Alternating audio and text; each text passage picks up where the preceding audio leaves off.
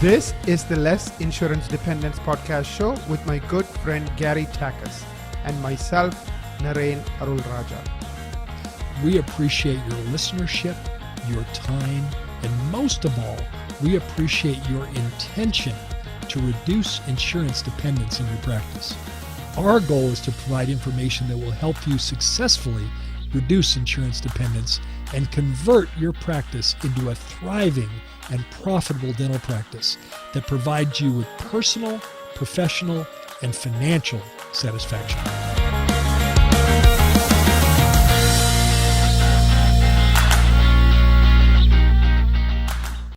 Hello, everyone. Welcome to the Less Insurance Dependence podcast, your trusted source for insights, strategies, and expert advice to elevate your dental practice and career. I'm Michael Walker, your co-host, and I'm thrilled to bring you another value-packed episode with an industry expert.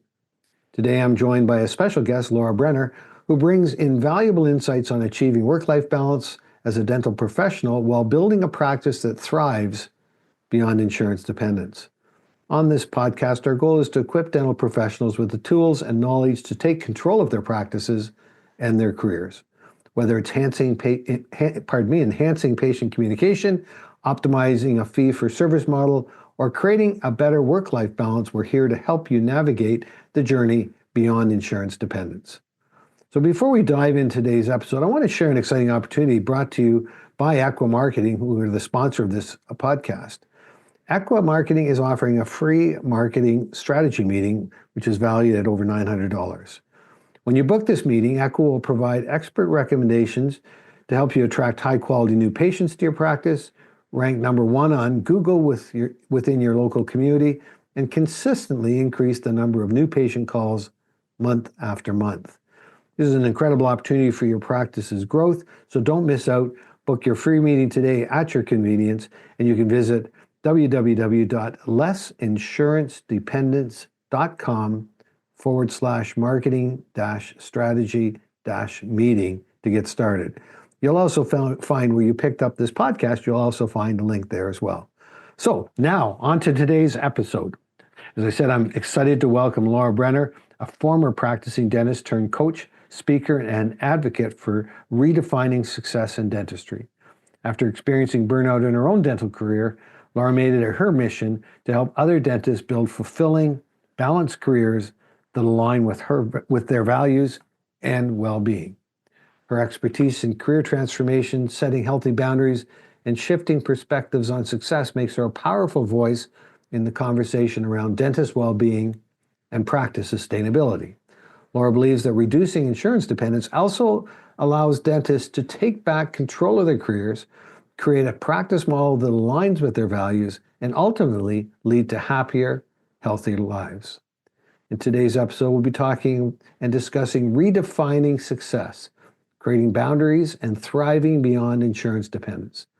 Laura will walk us through how dentists can redefine success beyond production numbers and patient volume, why reducing insurance reliance can improve work-life balance and help dentists reclaim their autonomy, the importance of creating boundaries to burnout and build a sustainable career, and how practice owners can structure their business in a way that prioritizes both profitability and personal well-being. Laura, it is great to have you, and let's start with your journey. What inspired you to focus on helping dentists redefine success and create healthier boundaries in their careers?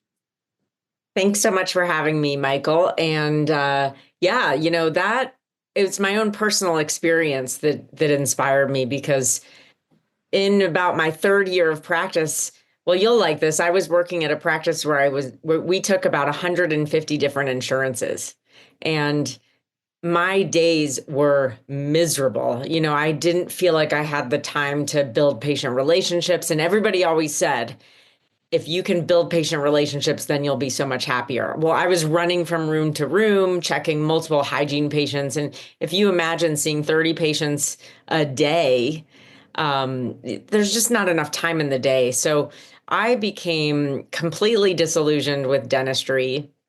I thought I hated it. And I thought my only way of fixing it was to quit.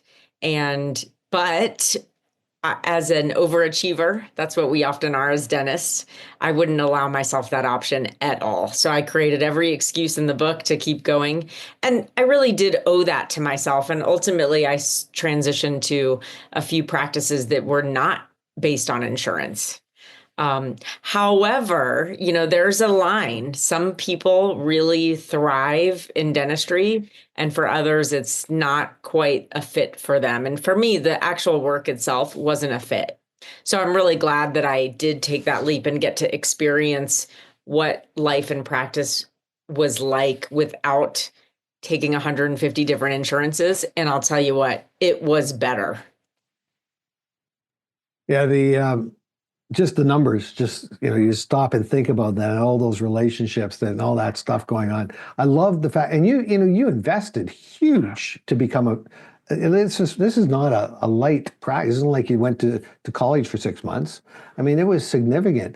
And sometimes we just need to be, I like the word, we have to be intentional with protecting ourselves and along with that, our careers and our health and well-being. And kudos to you for making that choice. And it's not, as you say, it's not necessarily, wouldn't it be, if there's a choice, that there's a choice that whether you're leaving the industry or you're repositioning yourself in the industry to get back to what you really were passionate about. If I asked you the question before when you're in all that frustration, what you're passionate about, you'd probably be, even though you wouldn't want it, you're passionate about being overwhelmed and overworked and frustrated. And that's exactly not what you're passionate about. But what if we can change that? And I think that's what we're going to talk a bit about today. So thank you, Laura, for that. The first question I want to pose to you is the traditional definition of success in dentistry often revolves around production numbers and patient volume. How do you believe dentists should redefine success to create more fulfilling careers? Well, it goes back to what you just said. It's about finding a way to align it with who you are and what you want, because we're taught from the beginning that the only way to be successful in dentistry is to own your $1 million practice. You have to be an owner. You can't be an associate. I never realized that this was such a widespread thing because I always knew I didn't want to be an owner. But as I've gone through the years of talking to other dentists, I realized that a lot of associates feel less successful because they don't own practices. So, there's been this cultural movement, I think, in dentistry where you have to fit these qualifications in order to be successful. And the problem with that is anybody who doesn't fit into that picture feels like a failure. And I was shocked to see that there were very successful associate dentists who had great lives feeling like they were less than because they didn't fit this image. And you can even see it, if people are working in the FQHCs, the public health clinics, or people who are teaching, there is this apology that comes with it. Like, oh, I know I'm not as good, but it's not true. So we create these false beliefs and false expectations that don't help any of us. They just help us compare to others and feel worse about ourselves. So for me, my passion is to say, be who you are, do what you want, and don't let anybody else dictate how that's going to look. Because, well, I don't know. Have you heard of Bronnie Ware, Michael? Mm-hmm. Yeah. So she's that author of The Top 5 Regrets of the Dying. She was a palliative care nurse who spent she was a nurse for people in their final days of their lives and wrote about the number one regret of people who were dying was, I wish I lived a life true to myself, not the one others expected of me. And that just says it all. Yeah. That's I often run into situations with client, we're at this place where a client has been they've become something, but it came up in the conversation the other day, Laura. I was doing hosting a podcast in the aesthetics, in med spa, in the aesthetics field, plastic surgeon specifically. And we're talking about how in this case, it was predominantly a female client base she had. She's talking about like people get to this point where they lose their confidence and they look in the mirror and they're not familiar with who they're looking at. And I thought, that in that case, I can understand that's a physical thing, but it's not that. The eyes are connected to the heart. There's that sense of, and you get to this place where you look in the mirror and you're not familiar with who you are.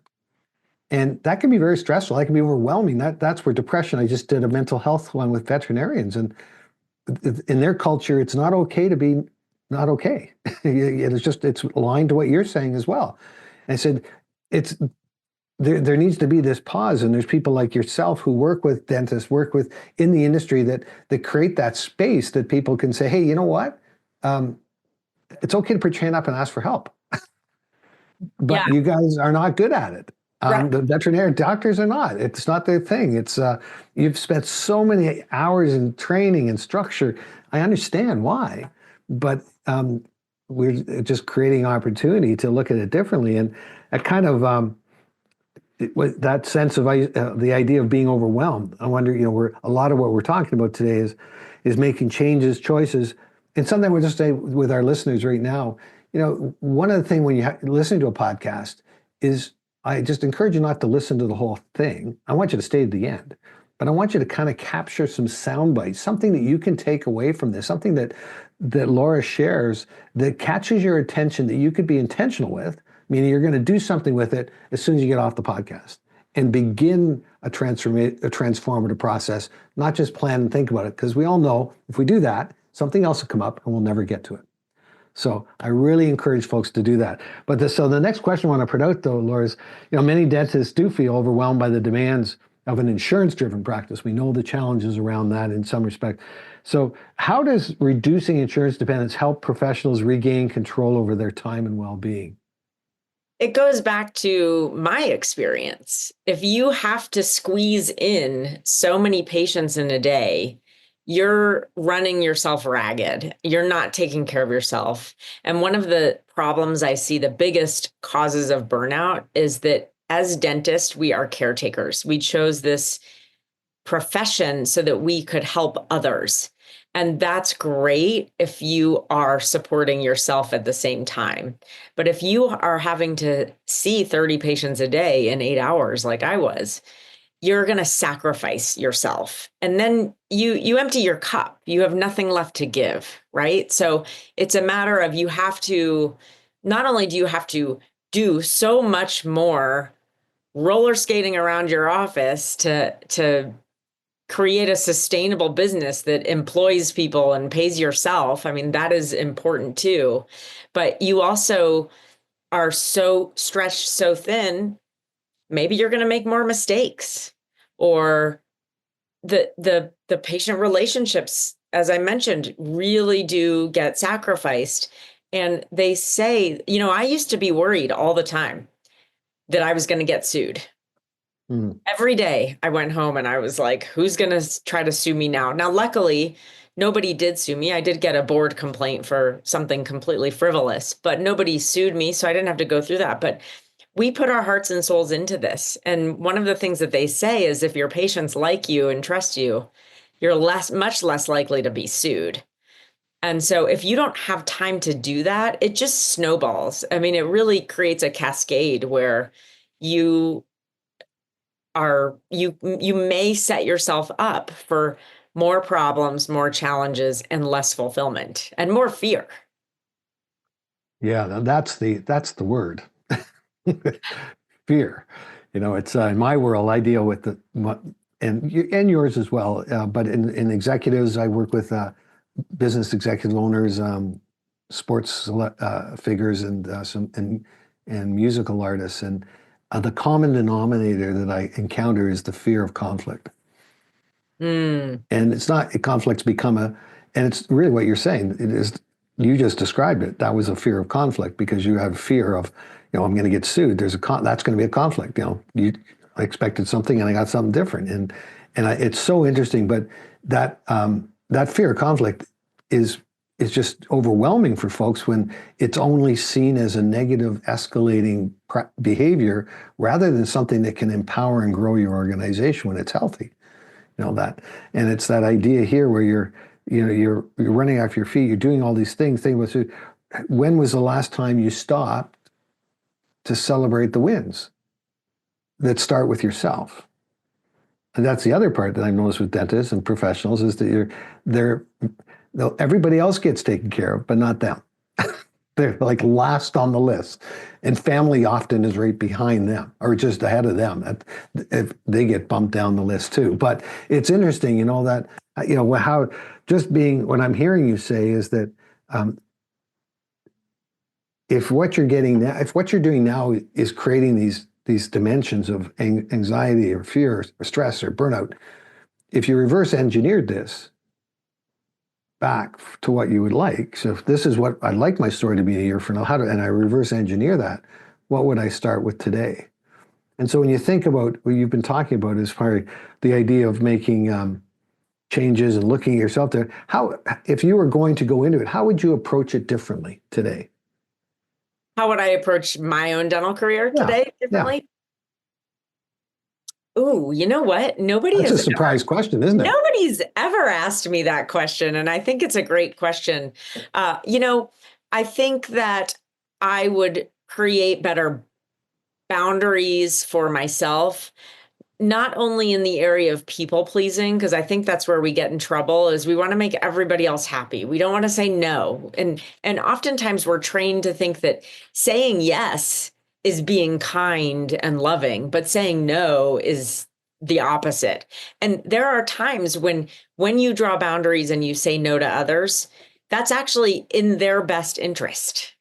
And we forget that because maybe in the moment it makes it a little more uncomfortable. So I would say these boundaries. So if I were to do it differently, it would all be internal. It'd be my mindset and the way I manage my stress and the way I see things. I would really work on that differently. But I would also create boundaries from my own spiraling brain. Because you mentioned the fear, and this is what we do. And this is so destructive to our well-being, to go home at night after a day of work and worry about what could have gone wrong that day. I didn't get everything perfect. Even if things were perfect, I'm still worrying because perfection doesn't always guarantee anything in dentistry. Then maybe I'm worrying about what procedure I have to do tomorrow. And all of this sets us up I could tie this into everything you've said before. You lose confidence. You stop knowing who you are. Like, I've never seen such an amazing career like dentistry make more people who should feel really great about what they do and who they are. I've never seen a career like this make more people feel worse about themselves. So it's not what you would expect, right? But all of that, not knowing who you are and loss of confidence and fear, makes you practice defensively. You're just constantly protecting yourself, and that energy is not sustainable, and it's going to break you down. So for me, I would say it all goes back to those boundaries, and that's what I would change. Interesting. So I heard three things. One was the boundaries for sure. Also, I heard you talk, self-awareness. You've learned a lot about yourself, but it's what you do as a coach. That's what you share with others. It's about that self-awareness is so critical. You can't. The thing was Mark Twain said, if you think you're a leader, every once in a while you should look behind and see if anyone's following. So many of us think we're leaders, but we really haven't done the self-work, the self-awareness work that's necessary to be attractive enough for someone else to follow. So self-awareness, boundaries, and the third thing is defining success. Like what, if you and I, if we both define success, it would be similar but different.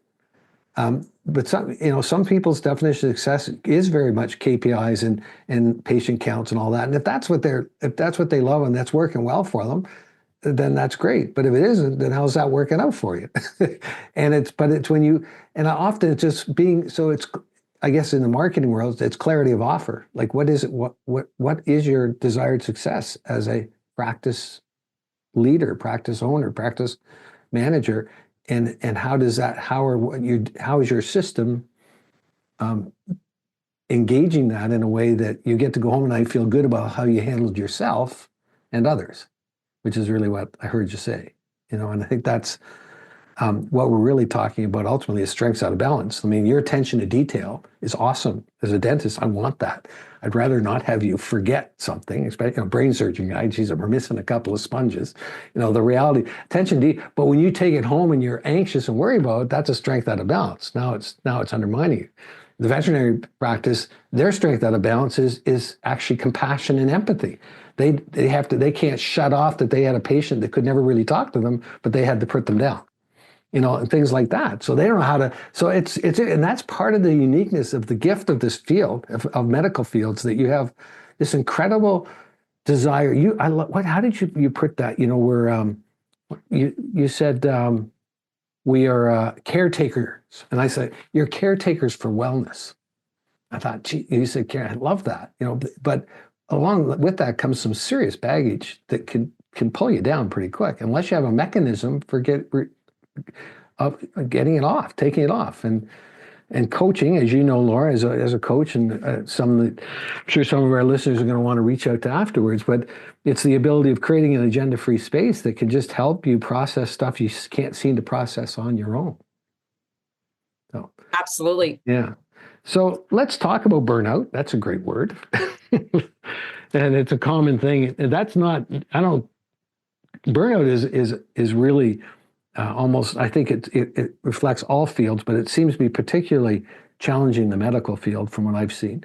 But burnout is a major issue in dentistry for sure. So what role do healthy boundaries play in preventing burnout? And then let's talk a little bit more specific about how can dentists set them effectively? I know boundaries is a big deal for you. Yeah, absolutely. So it does go back to that self-awareness. And it even goes back to, you talked about leadership. It's like, before we can look at how we lead others, how are you leading yourself? How are you speaking to yourself? What words are you using? Are you inspiring yourself to do certain things, or are you constantly shaming yourself? So when I think about burnout, I think, you know what else you said that I loved was this phrase, strength and balance. Right. And that's the problem, is we get out of balance. And so we have a strength. And if we go too far on the spectrum of depending on that strength, it becomes a burden. And so the biggest boundary, I think, that we have, oh, by the way, when I found out about coaching, I was like, this is my biggest gift I could get in life. Because I remember sitting there the first day in my coaching certification, and they said, you cannot give advice as a coach. You're not allowed to give advice. If you give advice, you're not coaching. And for me in that moment, it was this freedom, because I felt like my whole life, everything I did, I was getting this message of, it's my job to make sure everybody else's experience is good.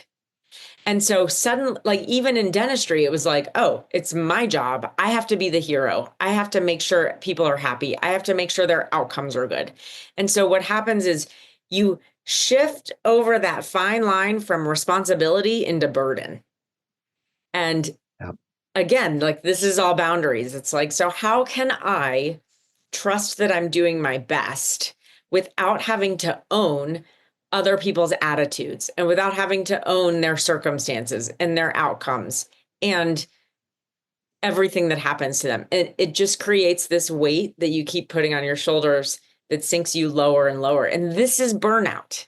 So if we can stop owning other people's problems, it is hard. We have so much sympathy and empathy that it's just our natural tendency, but that's where the work comes in, and that's what I mean by boundaries. It's like, this is not my job. So if I could share anything with the dentists out there, it would be that what they teach us in coaching is the best principle, is that it's not my job to create someone else's experience. I'm here to support them. Same with dentists. Like if someone's crying to you, for me, having been a patient after leaving dentistry, I remember complaining to my doctor, and all he did was just sit there and support me and agree with me. And I remember having this moment of, why, when I was a dentist, did I feel like I had to fix it when I couldn't always fix things? But now I see all you need to do is be there and understand and show empathy and support. And most of the time, that's all your patients want. But yet we put these major expectations on ourselves that are really unrealistic. Yeah. Boy, you covered a lot there. You know, Yeah. the whole what I see in my favorite clients. I coach coaches. They're my favorite clients because they have understand what you just said. Like, I mean, really, a coach's job is, if you think of if you have a plate of fruit on a table and you have a couple of lights shining on it, you see that fruit in the way those lights are positioned. As a coach, really, all we do is say, hey, what if we move the lights like this? What if we did that? And allow you to see them differently in a way that you get to choose how you want to engage that new view, that new fruitscape, if you will, that helps empower the best version of you.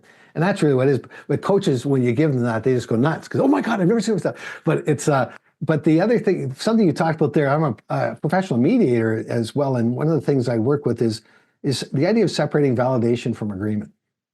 I deal with that all the time. I've got crazy people, I shouldn't say crazy, very expressive people, we'll say, coming at me, stuff happening.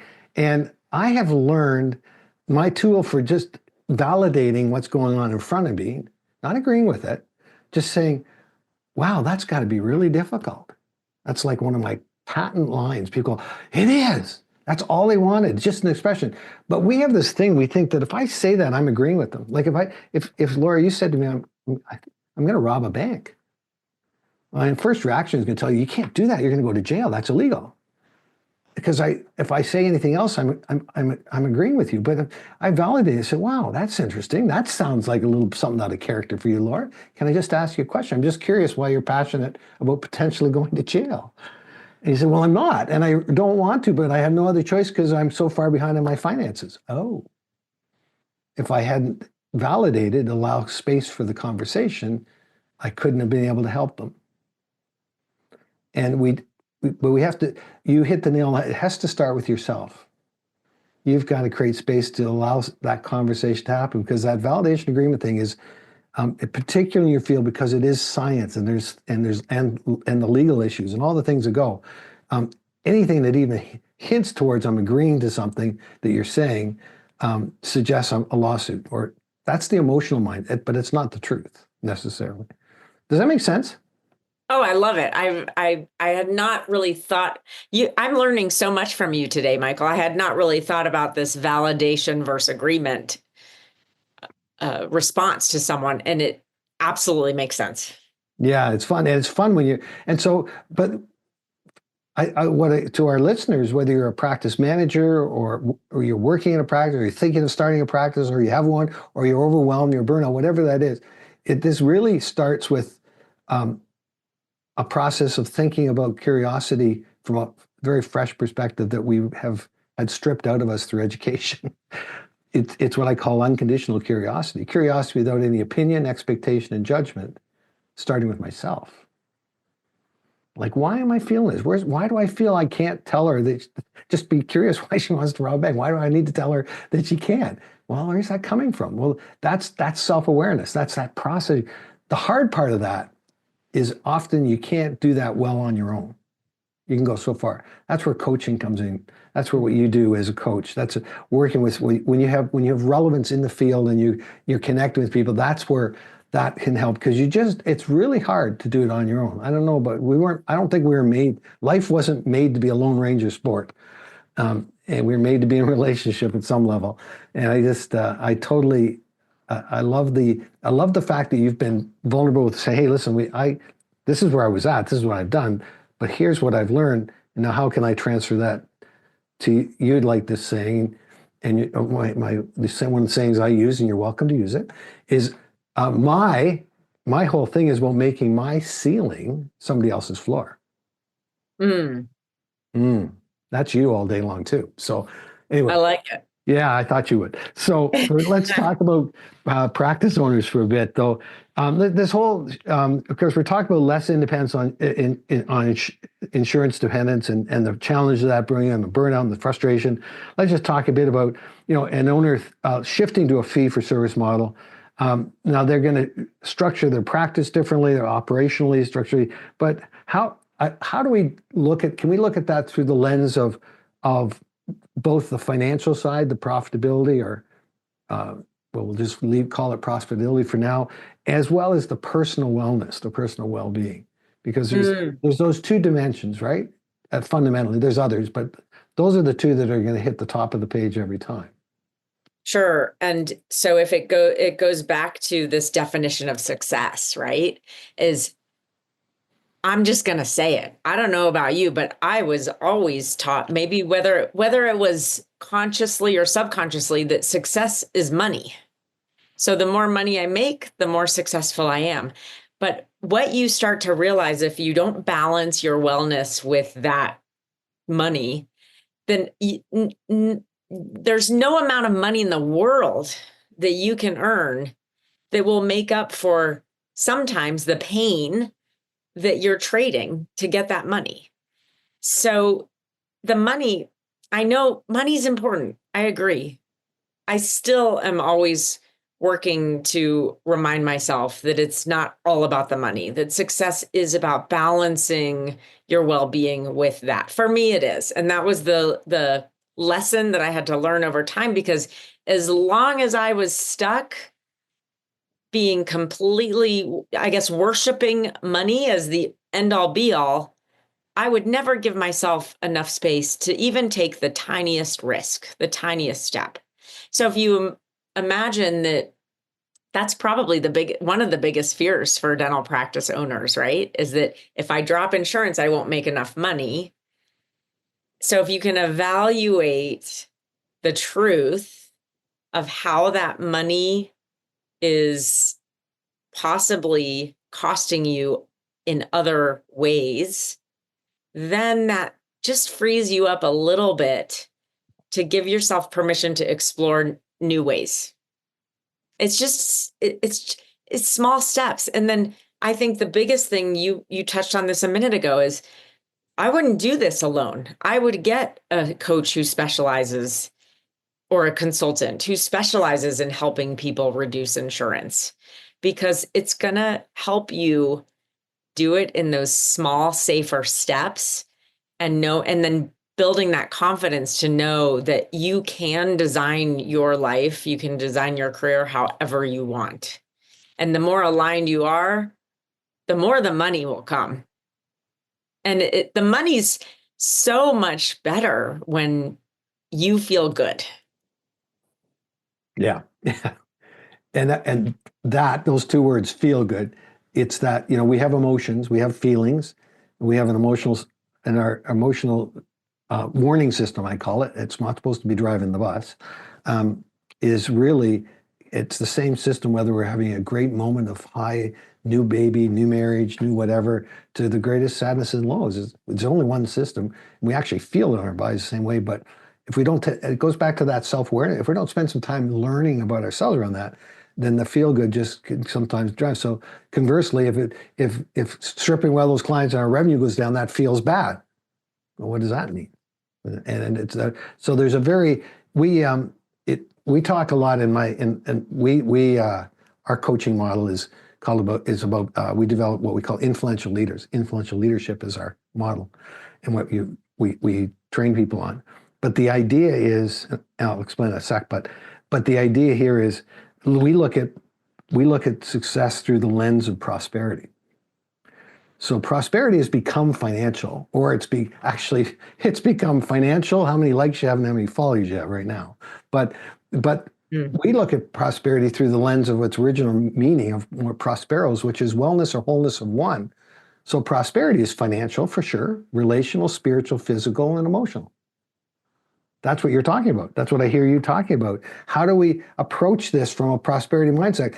There's a word that's used, holistic, and people think of that as kind of being an airy-fairy thing. But if we think of it as more the root of it, of being a holistic view of what's most important about who you are and why you matter as a starting point, and then building out the tentacles of prosperity from that. That makes sense? 100%. I think it's beautifully said. And the word I would add to prosperity that often gets linked just to money, but is for everything in our lives, is abundance. Yeah. right? Abundance doesn't have to mean financial. It can mean everything. So I think it's a great time. That's a great word. Yeah, yeah. Yeah, we think of Thanksgiving, giving thanks at Thanksgiving. It's about abundance. We have food on the table, we have family, all those moments like that. Well, they really shouldn't be just reserved for marketing holidays. They Right. should be every day of the year. Absolutely. But if we're not intentional with that, then that's our system's perfectly designed to achieve the results we get. We talk about influential leadership. The whole idea of that is, and it's what you guys do. Like dentists are not in your. Which I don't like the dentist. I'll just go ahead and say it. I don't.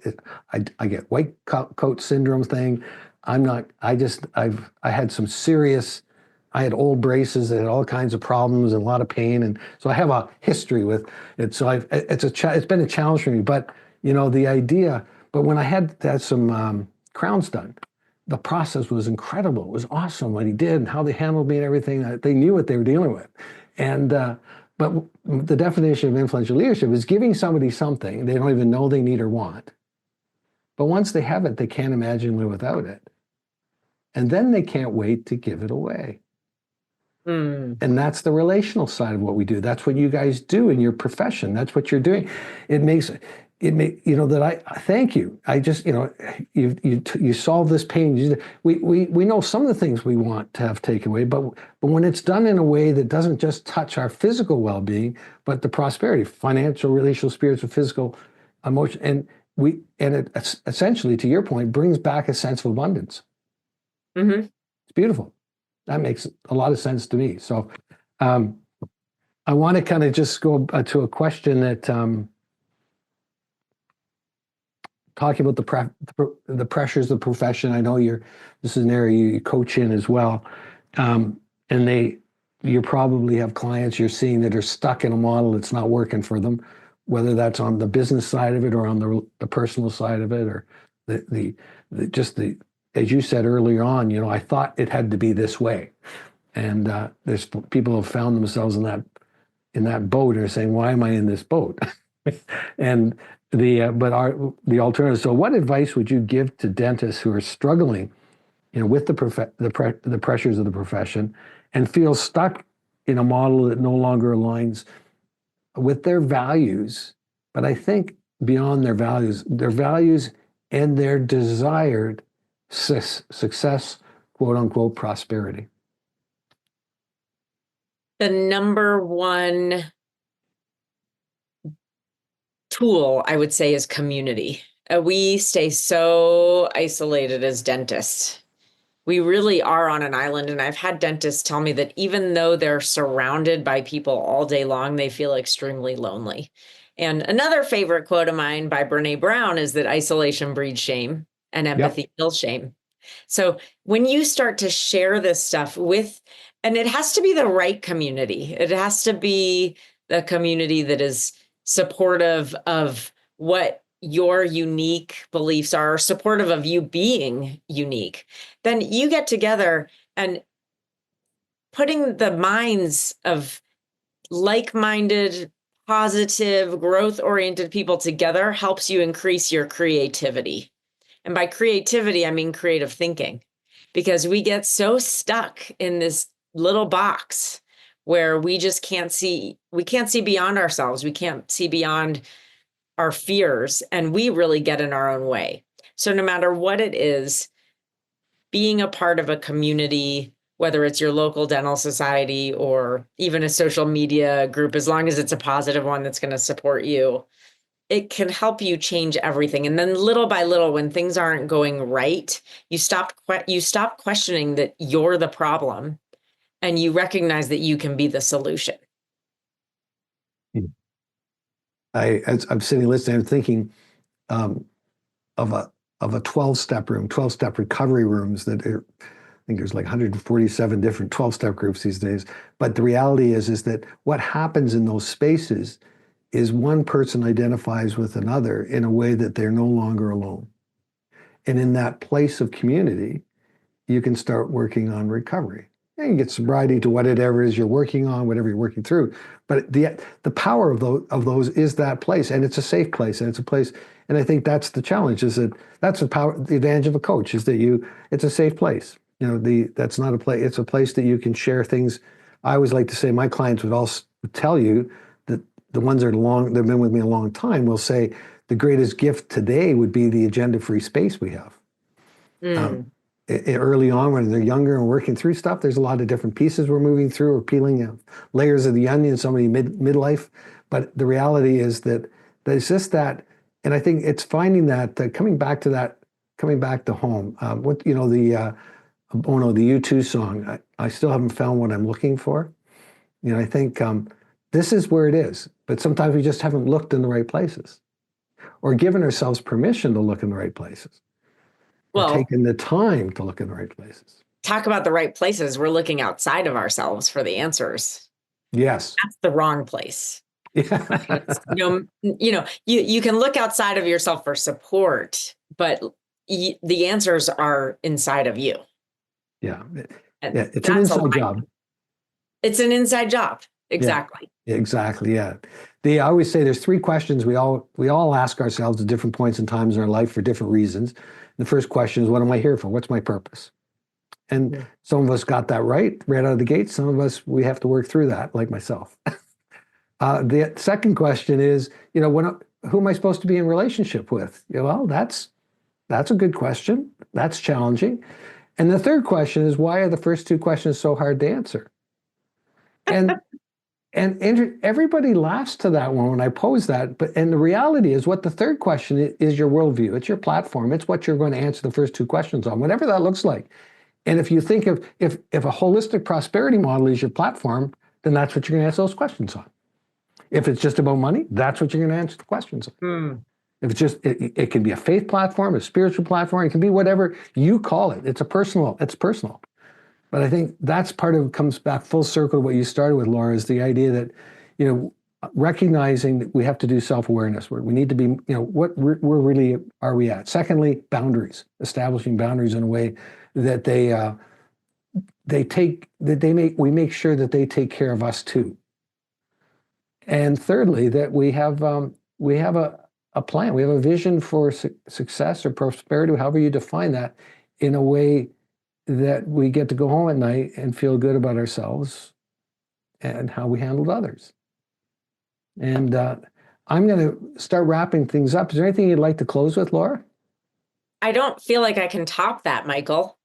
But I didn't know it was a competition. Sometimes you talk too long and then you just lose. No, but I think it goes back to, like you said, boundaries. You don't need to be the hero. You can help others without having to fix everything for them, and you can do your best, and you can win too. A true win is when we both win. A true win is when you win and your patient wins. And we sometimes confuse that and think that the only way our patients will ever win are if we sacrifice everything and lose for them. And a better win is when you get to win too. It's more sustainable and it's more true. Yeah, beautiful. Well, thank you so much, Laura, for joining us today and sharing your invaluable insights on redefining success, creating boundaries, and thriving beyond insurance dependence. Your expertise and your passion for innovation truly shine, and we're really grateful to have learned from you today. Thank you. To all of our listeners, I hope we've encouraged and inspired you today.